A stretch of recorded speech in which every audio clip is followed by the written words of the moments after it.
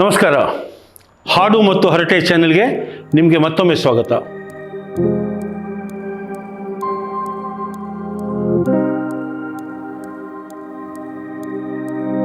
ಇವತ್ತಿನ ಹರಟೆ ಎಪಿಸೋಡ್ನ ಒಂದು ಚಿಕ್ಕ ಕತೆ ಹೇಳೋದ್ರ ಮೂಲಕ ಶುರು ಮಾಡ್ತೀನಿ.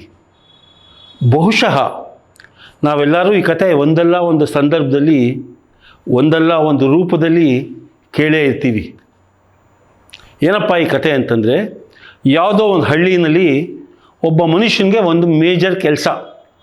ಏನಪ್ಪ ಕೆಲಸ ಅಂತಂದರೆ, ಅವ್ರ ಮನೇಲಿದ್ದ 2 ಮಡಕೆನ ಒಂದು ಕೋಲು, ದೊಡ್ಡ ಕೋಲಿಗೆ ಎರಡನ್ನೂ ಕಟ್ಟಿ ಅದನ್ನು ಕೋಲನ್ನ ಭುಜದ ಮೇಲೆ ಇಟ್ಕೊಂಡು ಒಂದು ಮಡಕೆ ಈ ಸೈಡ್ ಬಲಗಡೆ, ಇನ್ನೊಂದು ಮಡಕೆ ಎಡಗಡೆ ನೇತಾಡೋ ಹಾಗೆ ಅಡ್ಜಸ್ಟ್ ಮಾಡಿಕೊಂಡು ನದಿ ತನಕ ಹೋಗೋದು, ನದಿನಲ್ಲಿ ಹೋಗಿ ನೀರು ತುಂಬಿಸೋದು, ನೀರು ತುಂಬಿಸ್ಕೊಂಡು ವಾಪಸ್ ಬಂದು ಅದರಲ್ಲಿರೋ ತುಂಬಿರೋ ನೀರನ್ನು ಮನೇಲಿರೋ ಒಂದು ತೊಟ್ಟಿಗೆ ಹಾಕಿ ತೊಟ್ಟಿ ತುಂಬಿಸೋದು. ಈ ಥರ ಒಂದು ಕೆಲಸ.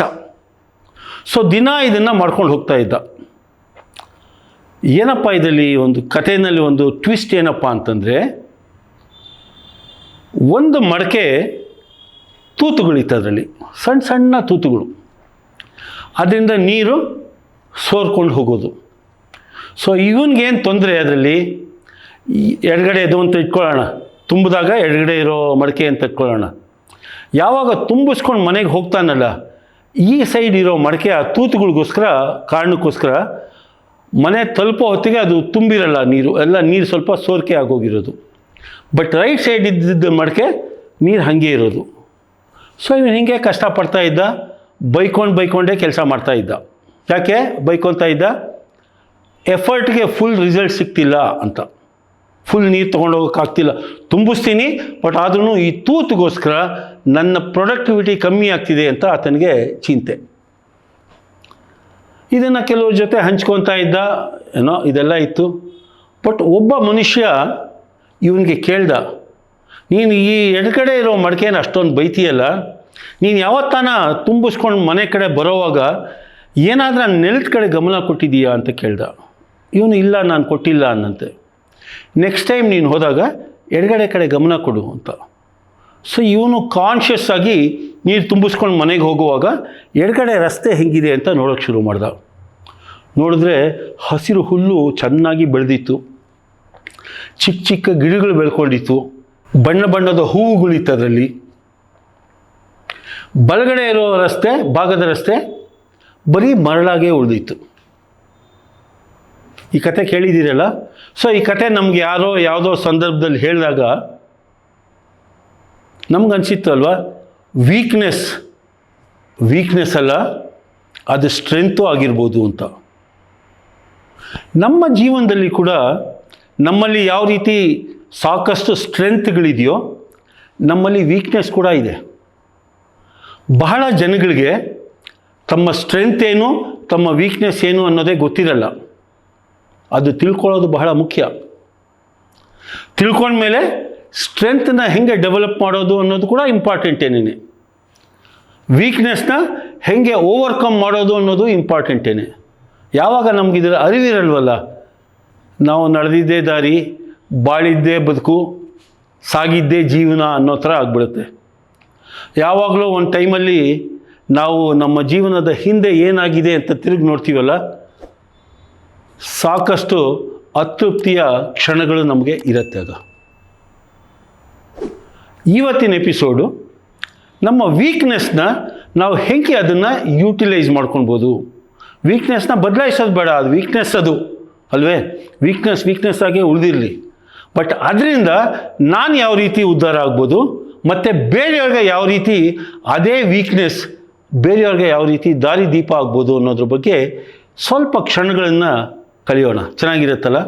ಸ್ಟೀವನ್ ಹಾಕಿಂಗ್ಸ್ ಅಂತ ಒಬ್ಬ ಮನುಷ್ಯನ ಹೆಸರು ನೀವು ಕೇಳಿರಬೇಕು. ಗೂಗಲ್ ಮಾಡಿ ತಕ್ಷಣ ಗೊತ್ತಾಗ್ಬಿಡುತ್ತೆ. He is a well known physicist. ಫಿಸಿಕ್ಸಲ್ಲಿ ಬಹಳ ಚೆನ್ನಾಗಿ ಅಧ್ಯಯನ ಮಾಡಿದ ಮನುಷ್ಯ. ಈತನಿಗೆ ಒಂದಿದ್ದಿದ್ದು ವೀಕ್ನೆಸ್ ಏನಪ್ಪ ಅಂತಂದರೆ ಪ್ಯಾರಾಲಿಸಿಸ್. ನಮ್ಮೆಲ್ಲರಿಗೂ ಆಗೋ ಹಾಗೆ ಓಡಾಡೋಕ್ಕೆ ಆಗ್ತಿರ್ಲಿಲ್ಲ ಅವನಿಗೆ, ಪ್ಯಾರಾಲಿಸಿಸ್ ಕಾರಣದಿಂದ. ಸೊ ಆತ ಒಂದೇ ಜಾಗದಲ್ಲಿ ಕೂತಿರಬೇಕಿತ್ತು. That was his weakness. ಆದರೆ ಏನು ಮಾಡ್ದ ಆಯ್ತಾ, ಆ ವೀಕ್ನೆಸ್ಸನ್ನೇ ಸ್ಟ್ರೆಂತ್ ಆಗಿ ಕನ್ವರ್ಟ್ ಮಾಡಿಕೊಂಡ. ಯಾವ ಥರ? ಒಂದೇ ಕಡೆ ಕೂತ್ಕೊಂಡು ಡೀಪ್ ಸ್ಟಡಿ ಮಾಡೋಕ್ಕೆ ಶುರು ಮಾಡ್ದ. ಆತ ಆರಿಸಿದ ವಿಷಯ ಫಿಸಿಕ್ಸ್. ಏನೇನು ಸಾಧನೆ ಮಾಡ್ದ? ಪ್ರಪಂಚಕ್ಕೆ ಬ್ಲ್ಯಾಕ್ ಹೋಲ್ ಪರಿಚಯಿಸಿದ. ಕಾಸ್ಮಾಲಜಿ ಬಗ್ಗೆ ಸಾಕಷ್ಟು ಅಧ್ಯಯನಗಳನ್ನು ಮಾಡ್ದ. ವೀಕ್ನೆಸ್ ಹಾಗೆ ಇತ್ತು, ಬಟ್ ಪ್ರಪಂಚಕ್ಕೆ ಎಷ್ಟು ಒಳ್ಳೆಯದಾಯ್ತಲ್ವೇ. ಸ್ಟೀವನ್ ಹಾಕಿನ್ಸ್ ಯಾವತ್ತೂ ಫಿಸಿಕ್ಸ್ ಅನ್ನೋ ಒಂದು ಸಬ್ಜೆಕ್ಟ್ ಬಂದಾಗ ಆತನ ಹೆಸರು ಮೇಲೇ ಇರುತ್ತೆ. ಅದೇ ರೀತಿ ಇನ್ನೊಬ್ಬ ಮನುಷ್ಯ, ಆತನ ಹೆಸರು ನಿಕ್ ವ್ಯುಜಿಚಿಕ್ ಅಂತೇನೋ ಬರುತ್ತೆ. NICK VUJICIC ಅಂತ ಗೂಗಲ್ ಮಾಡಿ ನೋಡಿ. ಆತನಿಗಿದ್ದಿದ್ದು ವೀಕ್ನೆಸ್ ಏನಪ್ಪ? ಹುಟ್ಟ ಆತನಿಗೆ ಕೈಗಳು ಭುಜದಿಂದ ಇರಲಿಲ್ಲ, ಕಾಲುಗಳು ಇರಲಿಲ್ಲ. ಅದೆರಡು ಭಾಗನೂ ಇಲ್ದಿರೆ ಹುಟ್ಟಿದ ಮನುಷ್ಯ. ಸೊ ಅವನಿಗೆ ಓಡಾಡೋಕ್ಕೆ ನಿಮ್ಮಂತೆ ಆಗ್ತಾನೇ ಇರಲಿಲ್ಲ. ಆತ ಏನು ಮಾಡ್ದ? ಆತ ಜೀವನದಲ್ಲಿ ಬಹಳ ಕಷ್ಟಪಟ್ಟೇ ಬಂದ. ಅದೇ ರೀತಿ ಹೆಂಗೆ ಲೈಫನ್ನು ಮಾಡಬೇಕು, ಕೈ ಕಾಲುಗಳು ಇಲ್ದಿರೆ ಹೇಗೆ ಜೀವನ ಮಾಡ್ಬೋದು ಅನ್ನೋದನ್ನು ಪರಿಶ್ರಮದಿಂದ ಕಲಿತ್ಕೊಂಡ. ಅದನ್ನು ಜನಗಳಿಗೆ ತೋರಿಸಿಕೊಟ್ಟ ಕೂಡ. ಪ್ಲಸ್ ಆತ ಒಂದು ಪ್ರಪಂಚ ಪರ್ಯಟನೆಯೇ ಮಾಡ್ದ.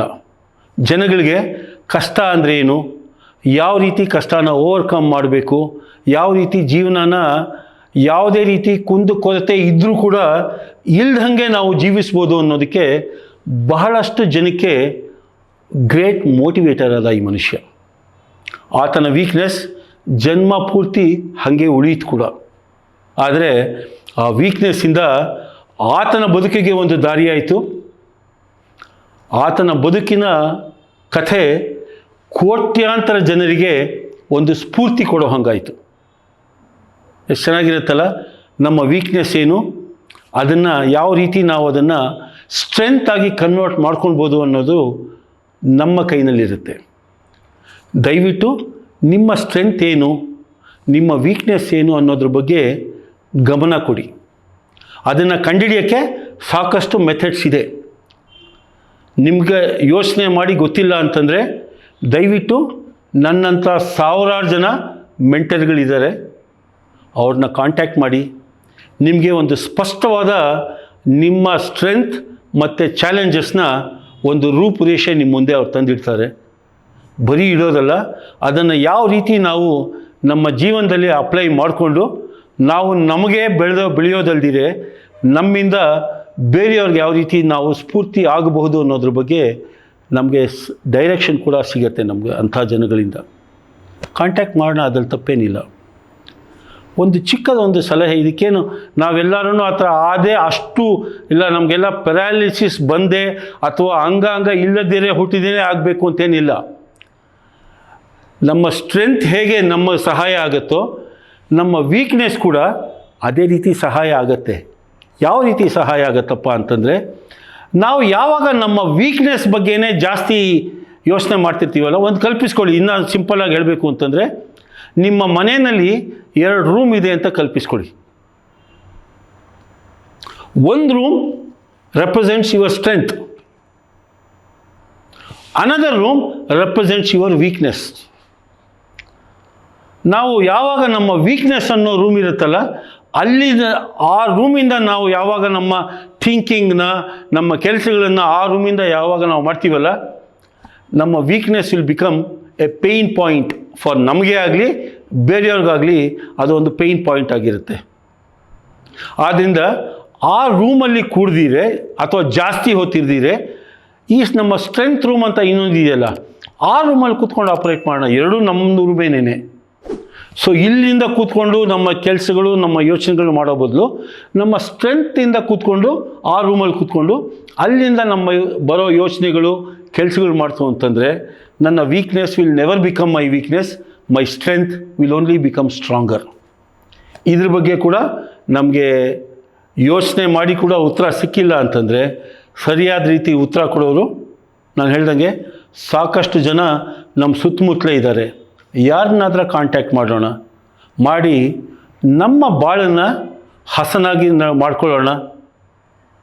ನಮ್ಮ ಬಾಳಿಂದ ಬೇರೆಯವ್ರಿಗೆ ಸ್ಫೂರ್ತಿ ಆಗೋ ಹಾಗೆ ನಡ್ಕೊಳ್ಳೋಣ.